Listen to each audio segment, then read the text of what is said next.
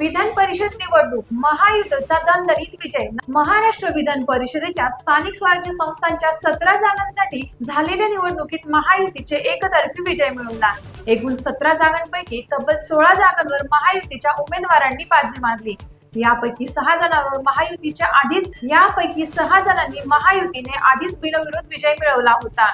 रवींद्र फाटक ठाणे, अनिकेत तटकरे कोकण, विक्रम काकडे पुणे, प्राजक्त तनपुरे अहिल्यानगर, दुष्यंत चतुर्वेदी यवतमाळ आणि अरुण लखानी वर्धा गडचिरोली चंद्रपूर हे बिनविरोध विजयी झाले। महाविकास आघाडीला या निवडणुकीत मोठा धक्का बसला असून अनेक ठिकाणी मवियांची मते फुटल्याने उघड झाले। त्यांची एकाही उमेदवाराला विजयाचे खाते उघडता आलेले नाही।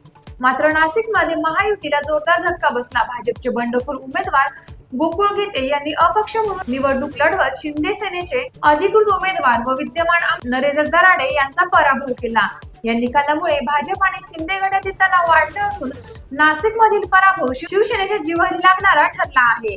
विजयानंतर गोकुळ गीतेंनी महाविकास आघाडी आणि इस्लाम पार्टीचे मानलेले आभार बरेच काही सांगून जाते। एकीकडे या निवडणुकीने महायुतीची ताकद अधोरेखित केली असली तरी पक्षांतर्गत बंडखोरी हा भविष्यातील मोठा धोका असल्याचे स्पष्ट झाले आहे।